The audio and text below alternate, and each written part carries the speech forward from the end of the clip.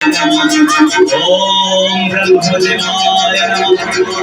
ओम ब्रह्मदेवाय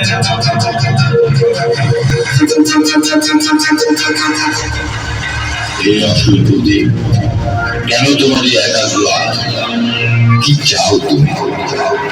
হে ব্রহ্মদেব, আমাকে তুমি অমরত্ব দান করো, অমরত্ব দান করো। মহিষাসুর, তোমার সাধনায় আমি তুষ্ট, তোমাকে আশীর্বাদ করছি। কোন পুরুষ শক্তি তোমাকে বধ করতে পারবে না।